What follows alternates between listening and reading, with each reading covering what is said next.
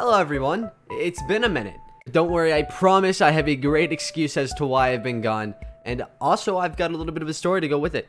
For those of you who don't know, I've recently gone through a very traumatic and life-altering event that's really redefined who I am as a person. So much so that I don't know if I'll ever be the same again. My computer broke. All jokes aside, I'm perfectly okay, but a couple weeks ago, my computer wasn't so great. It all started a couple Wednesdays ago when I was out taking a nice stroll through my neighborhood, really soaking in all that sunlight.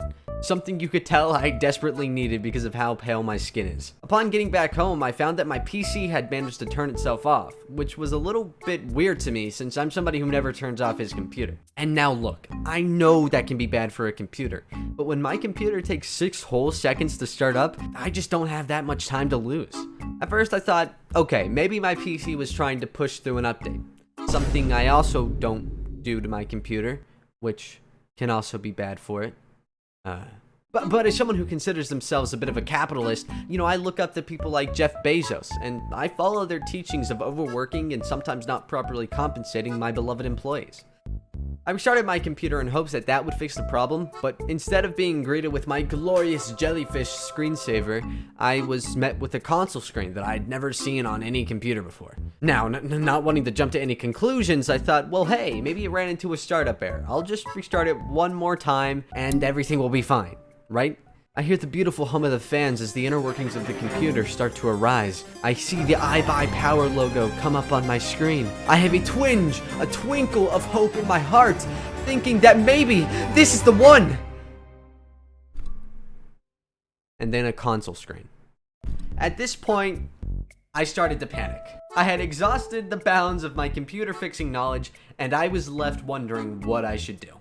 As someone whose entire livelihood currently revolves around my PC, it was kind of a terrifying thought to think that my $2,000 machine, which I had no money to replace, had just gone dark on me.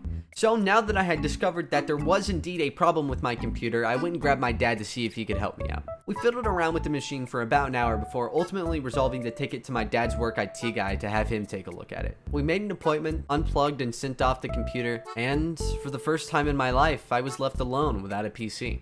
It kind of felt like the first time your dog gets sick and you have to take them to the vet, and you're just left at home wondering what you can do, and you're just feeling anxious about it. That's kind of what it felt like for me. This was also the first time that I had ever had to have somebody outside my family come take a look at my computer, so it was a little unnerving to me to send my expensive and personal machine off to some anonymous man that I had never met. Then came along the problem of, oh shoot, I needed my computer for school and I have a bunch of work to turn in tomorrow. What do I do?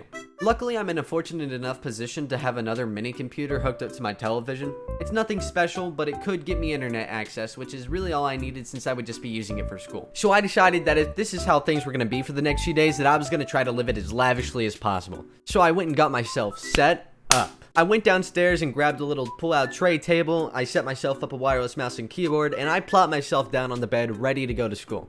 Only to find out that all my classes that day had apparently been canceled, so woo! What did I do with all this time off, you might ask? Well, I spent it doing the most productive things I think any human being could probably do.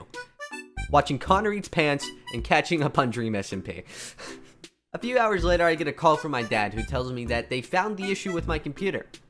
My hard drive had died. Like, completely dead. Basically, what that meant is that any and everything that I didn't save externally on my computer had just been lost forever. Which was basically everything. This sucked for me since I had a bunch of old recordings, pictures, and other various little things on my computer that I just couldn't get back anymore. But hey, at least I didn't have to spend hundreds of dollars replacing a bunch of expensive computer parts, so I was still pretty relieved. Anyways, I've got everything back in working order now, so I'm able to start making videos and streaming for you lovely people again. If this little forced vacation has taught me anything, it's that I do really love to do it, and I'm excited to get back in. Also, I just want to say a big thank you to any of you new subscribers watching, since I noticed that right before this whole thing happened, the video I made actually kind of blew up, right as I couldn't make any new content or follow-up to it, so what can you do? Anyways, this has been Hengin, and I will see you next time. Bye!